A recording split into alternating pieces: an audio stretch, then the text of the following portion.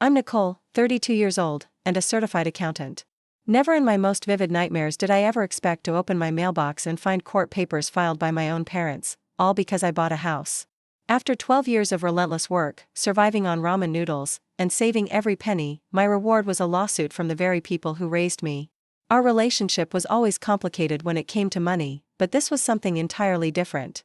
Before I dive into this unbelievable story, let me know where you're watching from in the comments below. Don't forget to hit that like and subscribe button if you want to hear more stories about family dynamics gone terribly wrong. Growing up in the Johnson household meant adhering to strict financial rules that bordered on obsessive. My father, Thomas, was always the financial mastermind, while my mother, Sandra, simply followed his lead without question. Every dollar that entered our home was meticulously tracked in my father's infamous ledger books. These weren't just ordinary budget records. They were detailed documents where he noted every penny spent, who spent it, and whether he deemed the expense necessary or frivolous. When I was just 7 years old, I received $20 from my grandmother for my birthday. Excited, I planned to buy a stuffed animal I'd been eyeing at the mall. But before I could even put the money in my tiny unicorn purse, my father intercepted. "Nicole, you need to learn about money management early," he said, taking the bill from my hand. "$15 goes to your college fund, and you can keep $5. Even that remaining $5 came with conditions about how and when I could spend it. This pattern continued throughout my childhood. Any money gifted to me for birthdays, holidays, or good grades was immediately confiscated and managed by my parents. They claimed they were teaching me financial responsibility. But in reality, they were teaching me that I had no autonomy when it came to money. Our house was never truly ours. We moved from rental to rental throughout my childhood, sometimes staying in one place for just a year before moving again. Despite both my parents having stable jobs, my father as an insurance claims manager and my mother as a medical office administrator, they insisted that owning a home was a financial trap and a money pit. "Only fools buy houses," my father would proclaim during dinner. "Smart people rent and invest the difference." I believed him completely until I was about 14 and noticed that our neighbors, who owned their homes, seemed far more financially secure than we were. When I mentioned this observation, my father launched into a 30-minute lecture about visible wealth versus actual wealth, and how homeowners were slaves to their mortgages. By 16, I was eager to gain some financial independence and found a job at the local grocery store. I worked weekends and some evenings after school, carefully balancing my work and study schedule. With my first paycheck came my first major financial shock. My father sat me down at the kitchen table and explained his family contribution system. "Since you're living under our roof, eating our food, and using our utilities, 70% of your earnings goes to the family fund," he stated matter-of-factly. "20% goes to your college fund that your mother and I manage. And you can keep 10% for your discretionary spending." I remember the knot forming in my stomach as I reluctantly handed over 70% of my hard-earned money. My father assured me that the family fund portion was being saved for household expenses and emergencies. The college fund portion, he promised, would be waiting for me when I graduated high school. The summer before my senior year, I needed to pay for a college application workshop. When I asked to use some of my college fund money, my father's response was the first truly heartbreaking moment in my financial relationship with my parents. "That money isn't liquid right now, Nicole. It's been invested. Taking it out would incur penalties." When I pressed for details about these investments, the answers were vague and inconsistent. Sometimes the money was in CDs, other times in mutual funds, and occasionally in private investments my father had access to through work connections. It didn't take long for me to realize the uncomfortable truth: the money was gone. My parents had been using my earnings to supplement their own spending habits while maintaining the illusion of saving for my future. My father drove a new car every 3 years. My mother had an extensive collection of designer handbags she rarely used. Yet, our rental homes were always modest, and any request for school trips, music lessons, or sports equipment was met with dramatic sighs about financial hardship. The disconnect between their personal spending and our family's supposed financial limitations was jarring. By the time I graduated high school, the sense of betrayal was firmly rooted in my heart. Not only had my parents taken most of my earnings under false pretenses, but they had also indoctrinated me with financial philosophies that served their needs rather than preparing me for independence.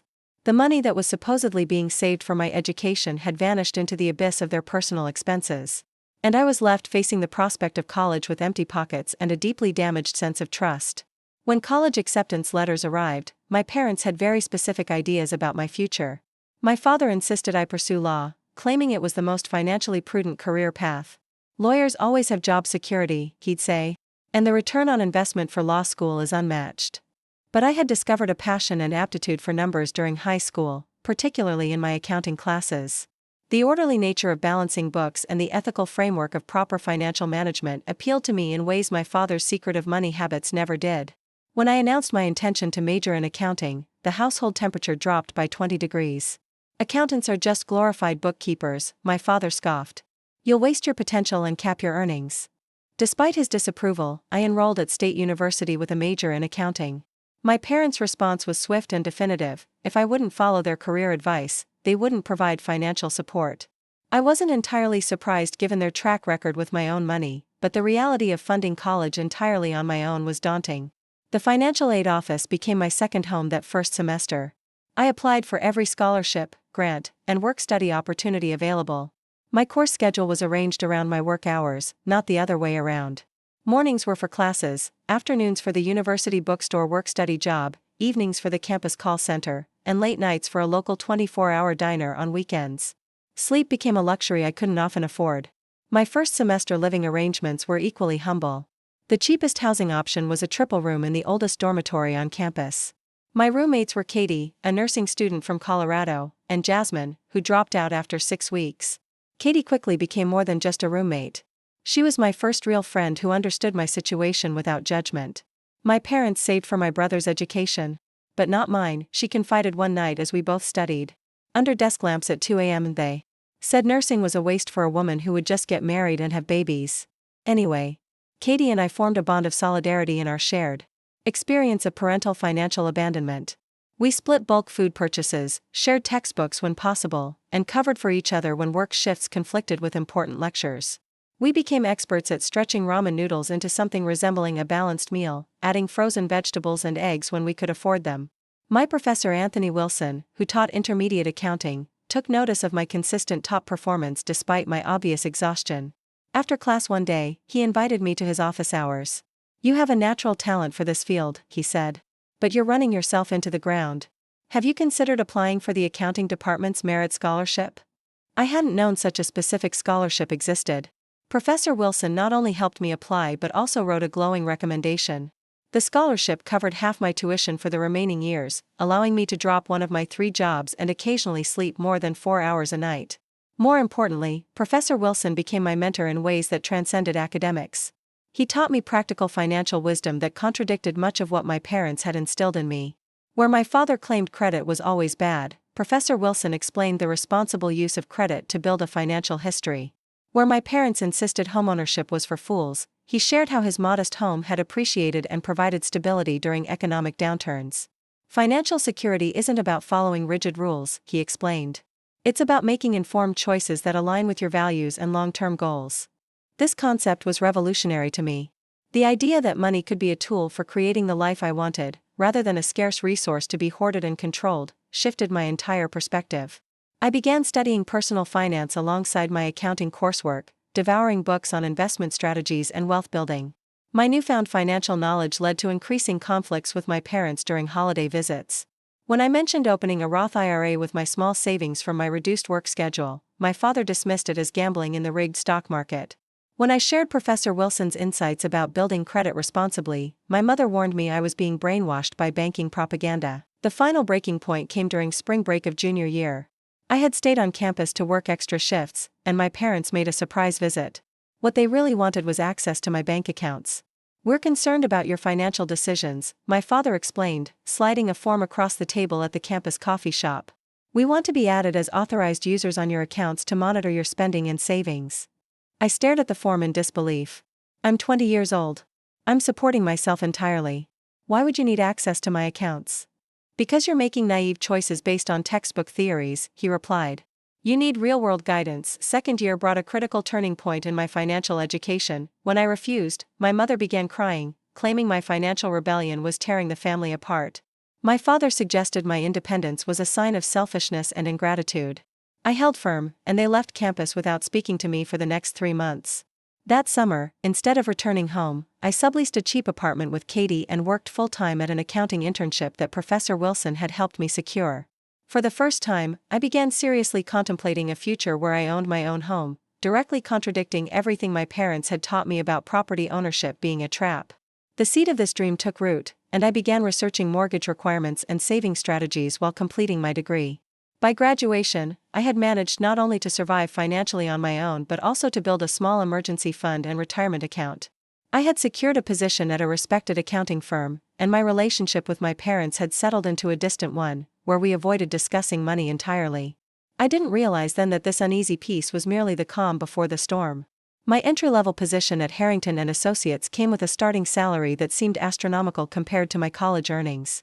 Even after budgeting for a modest one-bedroom apartment, professional clothing, and student loan payments, I had more discretionary income than ever before. The temptation to upgrade my lifestyle was strong, especially when I saw how my colleagues lived. But the memory of financial insecurity was still fresh. Instead of splurging, I created a detailed financial plan with a single overarching goal: homeownership. Based on housing prices, salary projections, and savings rates, I calculated it would take approximately 10 years to save enough for a down payment on a modest home in a decent neighborhood. The plan required continuing to live like a student despite my professional salary. My apartment was furnished primarily from thrift stores and marketplace finds. My wardrobe consisted of a capsule collection of mix-and-match professional attire purchased during sales. I meal prepped religiously to avoid takeout temptations and tracked every expense in a budgeting app. When colleagues went out for happy hours or weekend trips, I often declined, using work commitments as an excuse rather than admitting I was saving nearly 70% of my take-home pay. Katie, who had become a nurse at the university hospital, remained my closest friend and occasional voice of reason. "You need some balance, Nicole," she'd remind me during our monthly coffee dates, the one regular indulgence I permitted myself. "Saving for the future is important, but so is living now." She was right. But finding that balance was challenging when the goal of homeownership felt so important. It represented everything my parents had denied me: stability, autonomy, and the tangible proof that their financial philosophy had been wrong. Every dollar saved was a small act of rebellion against their teachings. 3 years into my career, I met Michael at a professional development workshop. He was a software engineer who approached finances with the same analytical mindset I did, but with a healthier perspective on enjoying the present while building for the future. Our first date was a picnic in the park where we bonded over spreadsheets and retirement calculators, finding romance in compound interest projections. "I've never met anyone who gets as excited about tax-advantaged accounts as I do," he confessed, looking both amused and delighted. Michael understood my home-buying goal without judgment. He had his own financial targets and respected my determination. When we eventually became serious, we maintained separate finances while supporting each other's goals.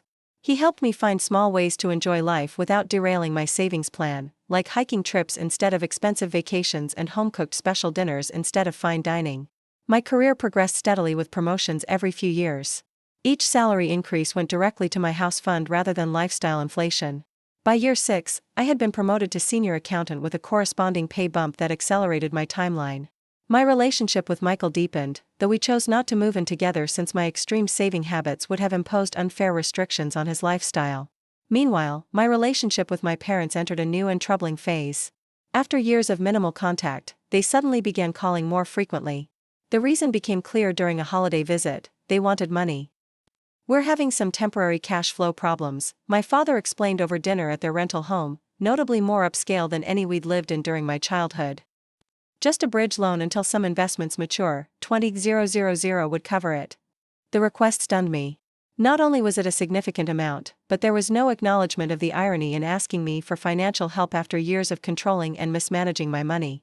When I asked for details about their situation, the explanations were vague and reminiscent of the excuses they'd given about my college fund years ago. "I need to think about it," I said carefully, knowing that an outright refusal would trigger a dramatic response. Back home, I discussed the situation with Michael and Katie. "This feels like history repeating itself," I admitted. "I'm afraid if I give them money, it will never end." After careful consideration, I declined their request, offering instead to help them create a budget and financial plan. My father's response was cold fury, accusing me of throwing their sacrifices back in their faces. My mother called in tears, claiming they might lose their rental home. I stood firm, and eventually, the crisis mysteriously resolved itself without my financial intervention. 6 months later, they called with another request, this time for $15,000 for unspecified medical expenses. Again, I declined. 3 months after that, it was $30,000 for a business opportunity my father refused to detail. The pattern was clear. My increasing financial stability had transformed me, in their eyes, from a source of money to exploit through control into a source of money to exploit through emotional manipulation. The final piece of the puzzle fell into place when a mutual acquaintance mentioned running into my parents at an expensive resort in Florida during the same period they were supposedly facing financial ruin. This revelation coincided with a major milestone in my career, a promotion to department manager with a substantial raise and bonus. After 8 years of discipline, saving, and career advancement, my house fund had grown significantly. The housing market in our area was competitive, but not impossible, and mortgage rates were relatively favorable. I began seriously researching neighborhoods, attending open houses on weekends, and consulting with real estate agents. Each step brought me closer to the goal I'd been working toward for nearly a decade, while simultaneously increasing the distance between my parents and me. I made the conscious decision not to inform them of my house hunting efforts, knowing their response would only be negative and potentially interfering. By year 12 of my career, at age 32, the pieces finally aligned. My savings were sufficient for a 20% down payment, plus closing costs and an emergency fund. My credit score was excellent, thanks to years of careful financial management. The promotion to department manager had further strengthened my application. I was ready to make my dream of homeownership a reality. Despite everything my parents had taught me about it being the worst financial decision a person could make, the moment I received pre-approval for my mortgage was surreal. After 12 years of sacrifice and discipline, I held in my hands the official confirmation that a bank believed in my financial responsibility enough to lend me hundreds of thousands of dollars. I remember sitting in my car outside the mortgage broker's office, staring at the paperwork and feeling a strange mixture of elation and vindication. Michael was the first person I called. "Congratulations, house hunter," he said warmly. "This calls for a celebration. A reasonably priced celebration, of course." That weekend, we celebrated with a bottle of champagne on the balcony of my apartment, toasting to the next chapter of my life. The following day, the serious business of house hunting began in earnest. I had a clear vision of what I wanted: a modest 2-bedroom home in a safe neighborhood with reasonable commuting distance to my office. My real estate agent, Julia, was refreshingly straightforward about the process. "In this market, you might need to make offers on several houses before one gets accepted," she warned. "Try not to get emotionally attached too quickly." That advice proved difficult to follow. The first few houses we viewed had significant issues hiding behind their freshly painted walls, which my cautious nature couldn't overlook. Others were perfect but received multiple offers well above the asking price within hours of listing. After 6 weeks of searching and 3 rejected offers, I began to worry that my dream might remain just that. Then Julia called with news about a property that hadn't been officially listed yet. "The owners are relocating for work and need a quick sale," she explained. "It's a 2-story with a small backyard in Riverside. Not flashy, but solid construction and good bones. We can see it tomorrow before it hits the market." The house was exactly what I'd been looking for. Built in the 90s, it had been well maintained by the current owners with updated electrical and plumbing. The layout was practical, with a combined living and dining area, a functional kitchen, 2 bedrooms upstairs, and a small fenced backyard where I could imagine summer barbecues and maybe even a garden. The neighborhood was established with mature trees and a mix of families and professionals. I made an offer that evening, slightly above asking price but within my budget. After a brief negotiation about the closing timeline, the sellers accepted. The inspection revealed only minor issues that they agreed to fix. And suddenly the home buying process, which had seemed so elusive, was moving forward with surprising smoothness. Michael accompanied me to all the meetings, offering moral support and a second set of eyes on the countless documents requiring signatures. "You're really doing this," he said during the final walkthrough. 12 years of ramen noodles and missed happy hours are about to pay off. Closing day arrived with little fanfare.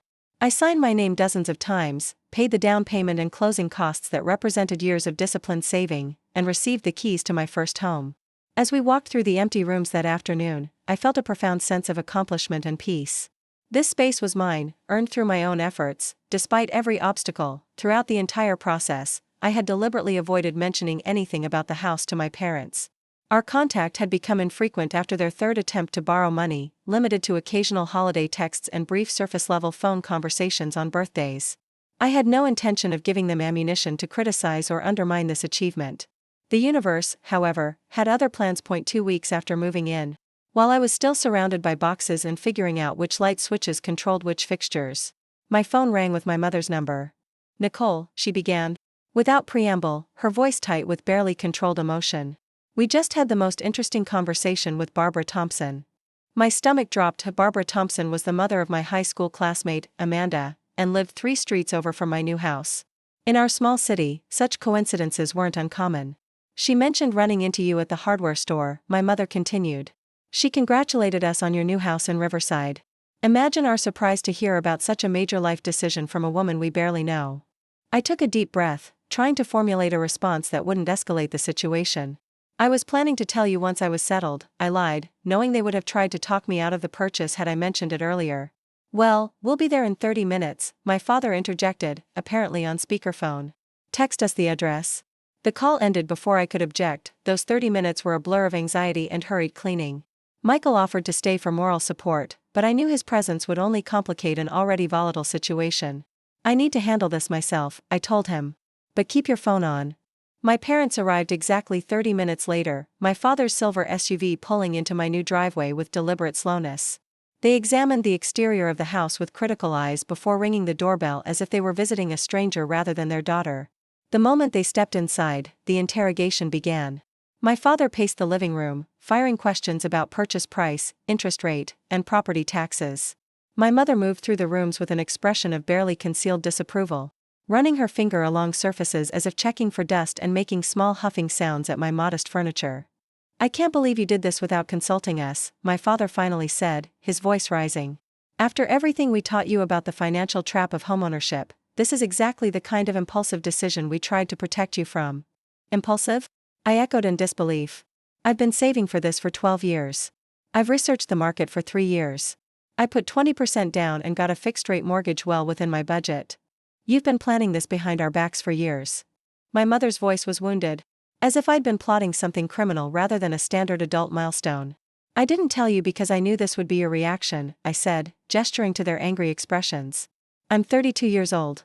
I don't need permission or approval for my financial decisions. My father's face reddened. After everything we've done for you, all the financial wisdom we tried to impart, and this is how you repay us, by rejecting our guidance and wasting your money on this liability. He spat the last word like a curse. The argument escalated as they moved from criticizing the house itself to questioning my judgment, my career choices, and ultimately my character. Each room they inspected triggered new complaints. The kitchen was too small. The backyard would be a maintenance nightmare.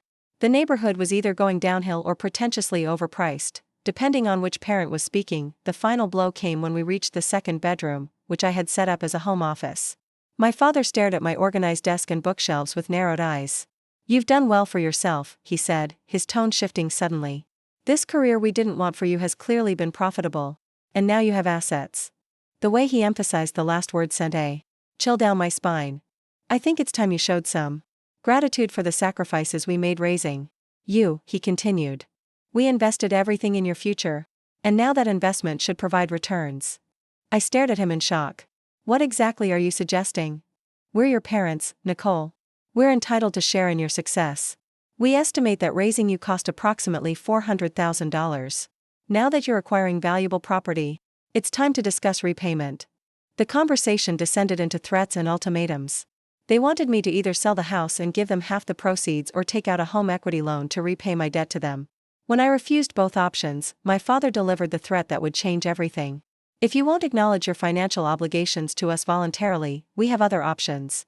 Don't forget that your mother and I have detailed records of every penny we spent on you. The courts will recognize our investment in your future.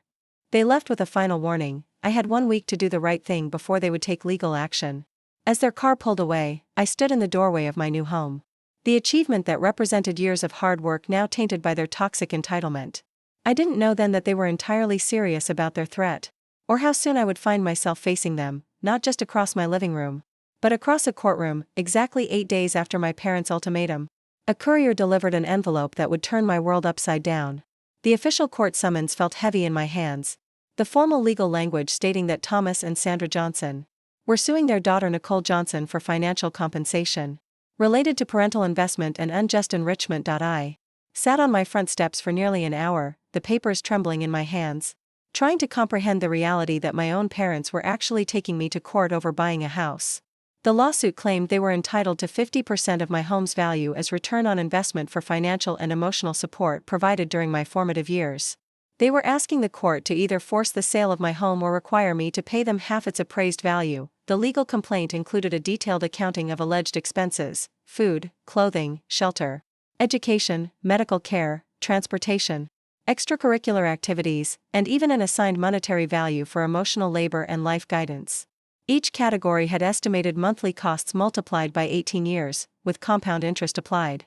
The total sum they claimed to have invested in me was just over $400,000. When I finally managed to call Michael, my voice was barely recognizable through the tears. "They actually did it," I choked out. "They're suing me. My own parents are suing me for buying a house." Michael arrived within 20 minutes, bringing Katie with him. They found me still sitting on the steps, unable to move past the shock of such a profound betrayal. "This is insane," Katie said after reading through the documents. "Parents don't get to bill their children for raising them. That's not how family works." Michael was already researching on his phone. "You need a lawyer, Nicole. A good one. This might be a ridiculous lawsuit, but you still have to respond properly." The next morning, I called in sick to work for the first time in my career and began contacting attorneys. After 3 consultations with lawyers who seemed either overly dismissive or eager to escalate the family drama, I found Jennifer Chung. Her measured response and clear expertise in family law made her the obvious choice. "I've seen cases like this before," Jennifer explained during our first meeting. "They're rarely successful, but they can be emotionally draining and expensive to defend. Parents occasionally try to claim financial compensation from adult children, especially when substantial assets are involved. The courts generally recognize that parents have a legal obligation to support their minor children without expectation of repayment." Her confidence was reassuring, but the process ahead remained daunting. "We'll need to document your financial independence," she continued. "Prove that you purchased the house entirely with your own earned income. And ideally demonstrate that your parents didn't provide significant financial support during your adulthood or contribute to your home purchase." The following weeks became a blur of legal preparations and emotional turmoil.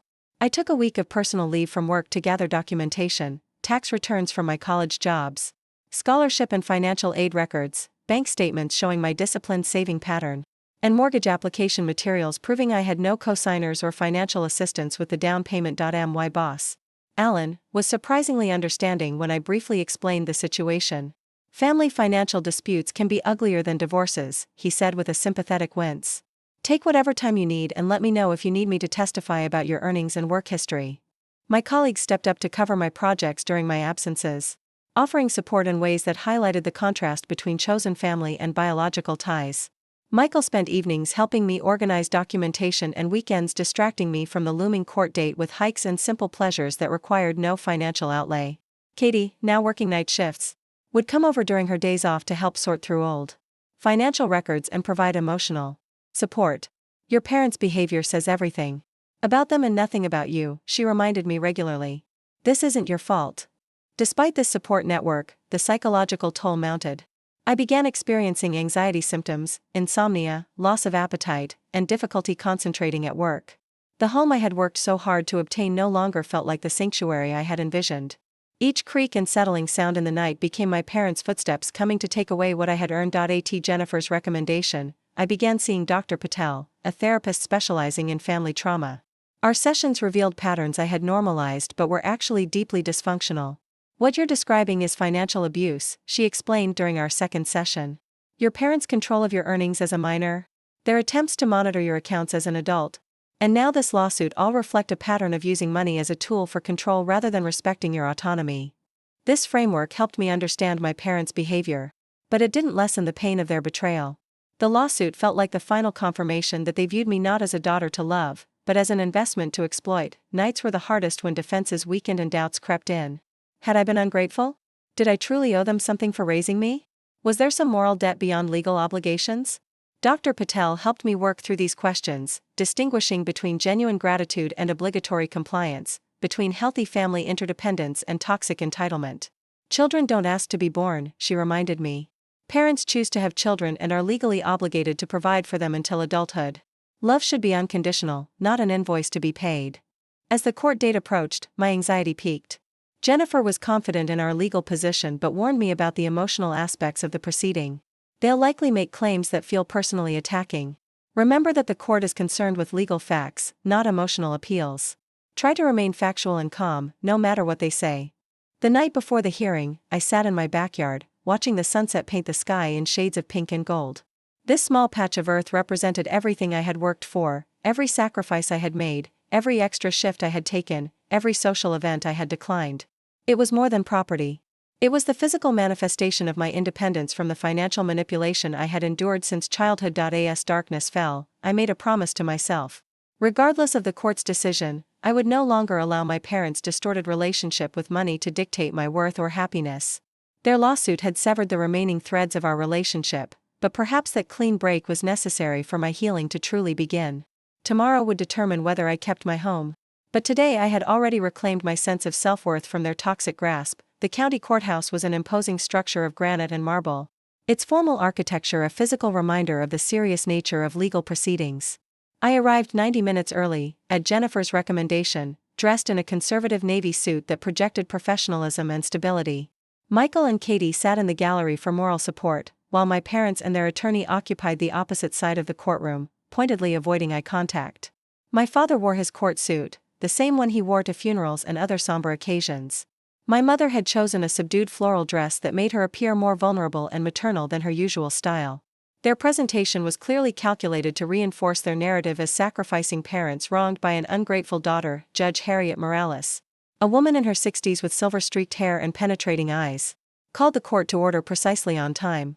After reviewing the case documents, she looked between the two parties with an expression that suggested she had seen similar family disputes before and found them all equally troubling. Before we proceed, she began, I want to clarify that family disagreements about money are best resolved through mediation rather than litigation. Has mediation been attempted in this matter? My parents' attorney, Mr. Donovan, rose quickly. Your Honor, the defendants rejected all attempts at private resolution, leaving my clients no choice but to seek judicial remedy. Jennifer countered immediately. That's not accurate, Your Honor. The plaintiff's idea of resolution was demanding 50% of my client's home value with no legal basis. There was no good faith negotiation offered. Judge Morales nodded, making a note before continuing. I understand. Let's proceed with opening statements then. Plaintiff first. Mr. Donovan presented my parents' case with practiced emotional manipulation. He described them as devoted parents who had invested everything in their only child, sacrificing their own financial security to provide me with opportunities. He claimed they had foregone homeownership themselves to direct resources toward my development and education. According to their narrative, my success was directly attributable to their sacrifices, and my refusal to share the fruits of that success constituted unjust enrichment. The plaintiffs are not asking for anything beyond fair compensation for their substantial investment in the defendant's future, he concluded. They supported her for 18 years, and now they simply seek a reasonable return on that investment in their retirement years. When Jennifer's turn came, her approach was factual and methodical. She outlined my financial independence since age 18, documenting how I had worked multiple jobs while carrying a full course load in college. She highlighted that I had received zero financial contribution from my parents for education, housing, or any other expenses since high school graduation. Most importantly, she emphasized that the house had been purchased entirely with my earned income after 12 years of careful saving. Your Honor, there is no legal basis for the plaintiff's claim, she stated clearly. Parents have a legal obligation to support minor children without expectation of repayment. Miss Johnson purchased her home with funds she earned and saved herself, with no financial contribution from the plaintiffs. Furthermore, we will demonstrate that, far from supporting her financially, the plaintiffs actually took substantial portions of Miss Johnson's own earned income during her teenage years under the guise of saving it for her education money, which was never returned or accounted for. Judge Morales seemed particularly interested in this last point, making additional notes before gesturing for the testimony phase to begin. My parents went first, each taking the stand to detail their version of my upbringing with emphasis on their financial sacrifices. My father presented spreadsheets documenting estimated costs of raising me, while my mother provided emotional testimony about foregoing vacations and luxury items to provide for my needs. During cross-examination, Jennifer methodically dismantled their narrative.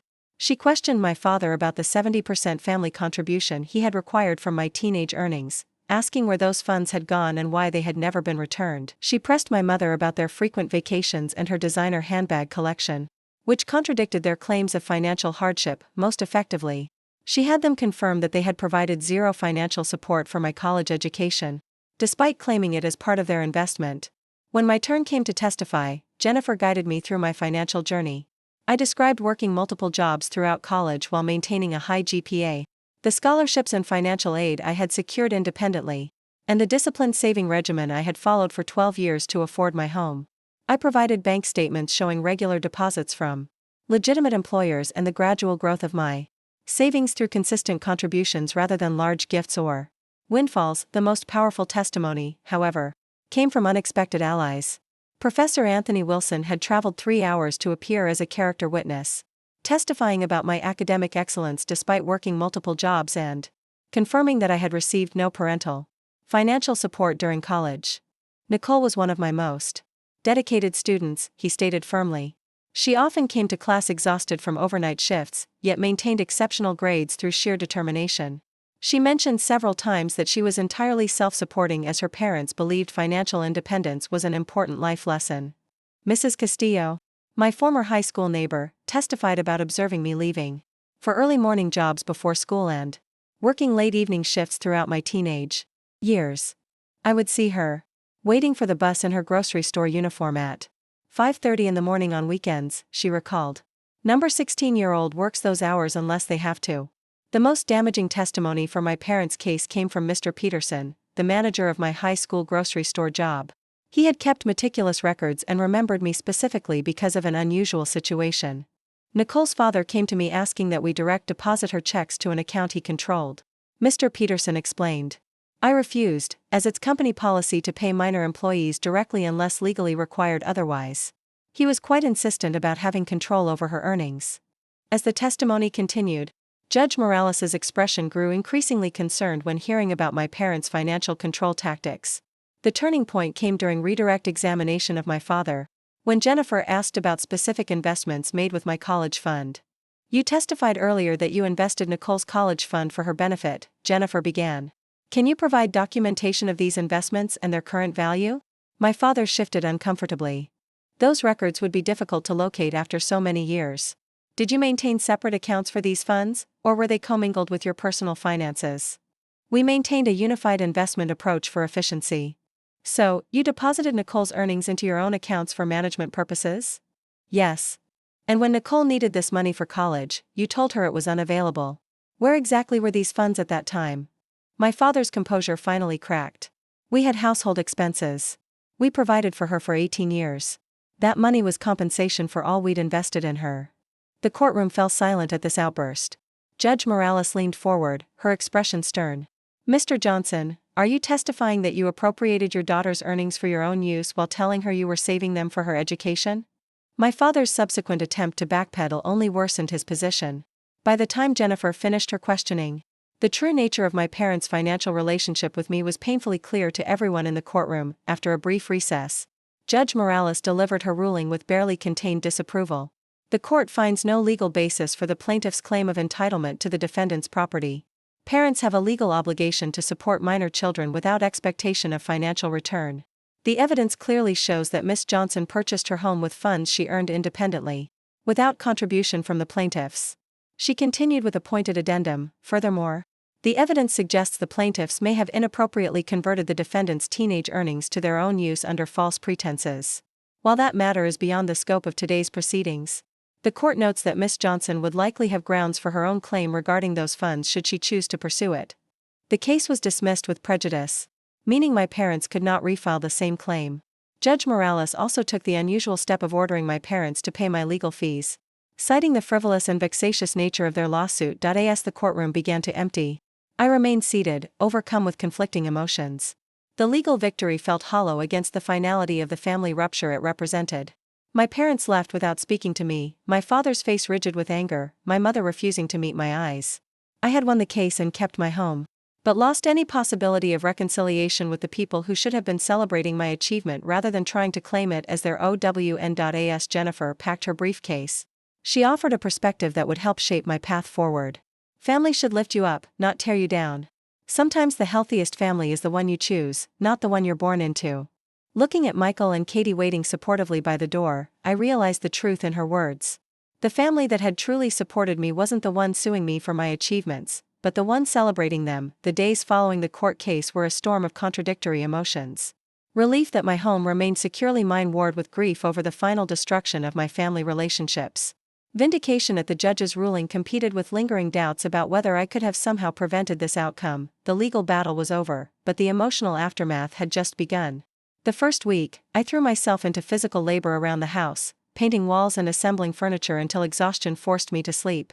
It was easier to focus on tangible improvements than to process the reality that my parents had literally sued me for daring to achieve financial independence on my terms.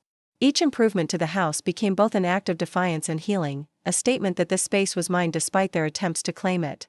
You know, you don't have to do everything at once, Michael remarked gently one evening, finding me obsessively sanding cabinet doors at midnight. The house isn't going anywhere. Neither am I. His steady presence became my anchor in those first turbulent weeks. He understood when I needed space and when I needed company, bringing takeout on evenings when cooking felt overwhelming and quietly working on his laptop nearby when I couldn't bear to be alone with my thoughts. Without pressuring me for commitment or decisions about our relationship, he simply showed up consistently, proving through actions rather than words that not everyone who loves you keeps a ledger of what they're owed. In return, Katie organized a small housewarming gathering a month after the court case, inviting only people who knew the situation and supported me unconditionally. Professor Wilson came bearing a houseplant and wisdom. Your parents taught you who not to become. That's a valuable lesson, though not the one they intended. My colleagues brought practical gifts and left discussions of work at the office. For a few hours, laughter filled the rooms that had witnessed only stress and tears in recent weeks. As summer progressed, I began attending a support group for adults with dysfunctional family relationships. Hearing others share experiences of parental manipulation, control, and betrayal helped normalize my own situation. I wasn't alone in having parents who viewed children as investments rather than individuals to nurture. I wasn't uniquely ungrateful or defective for setting boundaries and protecting myself. Family estrangement is sometimes the healthiest option, the group facilitator explained during one particularly difficult session. Continuing toxic relationships out of obligation only perpetuates harmful patterns. Sometimes love means walking away until real change occurs, even if that change never comes. Gradually, I began transforming my house into a true home, one room at a time. The living room became a gathering space for game nights with friends. The kitchen, once a source of anxiety about frugality and scarcity, became a place of experimentation and abundance as I learned to cook meals that nourished rather than merely sustained. The backyard sprouted a small vegetable garden, each growing plant a symbol of patience and care. Most significantly, I converted the spare bedroom from a hastily arranged home office into a multi-purpose space that reflected my evolving priorities. One corner housed a comfortable reading chair beside bookshelves filled with financial wisdom I wished I'd had access to in my youth. Another corner held a desk for creative projects rather than just work. The walls displayed photographs of chosen family and achievements that made me proud, creating a visual reminder of how far I'd come. 6 months after the court case, I received an unexpected letter from my mother. Inside was not the apology I might have hoped for, but a request to meet and put the unpleasantness behind us. There was no acknowledgement of wrongdoing, no indication that anything fundamental had changed in their perspective. After discussing it with Dr. Patel, I responded with clear boundaries. I would consider rebuilding a relationship only after they demonstrated an understanding of why their actions were harmful and respected my autonomy going forward. Their response was telling in its absence. My boundaries were apparently too high a price for reconciliation. While the finality of this realization brought fresh grief, it also brought clarity. I couldn't change my parents or make them see me as a person rather than a possession. I could only change how I responded to them and what I allowed in my life. As the 1-year anniversary of homeownership approached, Michael surprised me with a custom doormat reading, "Earned, not given." That small gesture of understanding brought tears to my eyes and crystallized the most profound lesson of this painful journey. True security comes not from what others provide, but from what we build ourselves, brick by brick, choice by choice. Day by day, the financial wisdom I gained through this experience became something I felt compelled to share. With encouragement from Professor Wilson, I began volunteering at a local community center, teaching basic financial literacy to young adults aging out of foster care and others without family financial guidance. Helping these young people understand healthy financial boundaries and practical skills for independence became a way to transform my pain into purpose. You explain this stuff differently, one participant told me after a workshop on building credit responsibly. Like you actually get how scary it is to figure out money when no one taught you right. That comment led to more workshops, eventually expanding into a regular series sponsored by local credit unions. The curriculum I developed specifically addressed financial independence for those with challenging family dynamics, covering not just practical skills but also the emotional and psychological aspects of money that traditional financial education often overlooks. Today, my house is fully mine in every sense. The mortgage payments represent freedom, not burden. Each room reflects choices made from desire rather than deprivation. The financial discipline that once felt like a prison of necessity has transformed into a tool for creating the life I truly want, not one dictated by others' expectations or demands. Michael and I are now engaged, planning a future that honors both togetherness and independence. We're discussing combining households while maintaining healthy financial boundaries, creating a partnership built on mutual respect rather than control or obligation. The lessons learned from my parents' example serve as a constant reminder of the relationship dynamics we explicitly choose to avoid. The most profound change, however, has been internal. I no longer seek validation or approval from people incapable of providing it. I recognize that family is defined by mutual care and respect, not merely by blood relation. Most importantly, I understand that love doesn't keep a balance sheet, and true gifts come without invoices attached. If you're watching this and struggling with similar family dynamics around money or control, please know you're not alone. Establishing healthy boundaries isn't selfish. It's essential for your well-being. Your achievements belong to you, and no one is entitled to claim them as their own. Have you experienced financial control or manipulation from family members? How did you handle it? Share your story in the comments below. And if this resonated with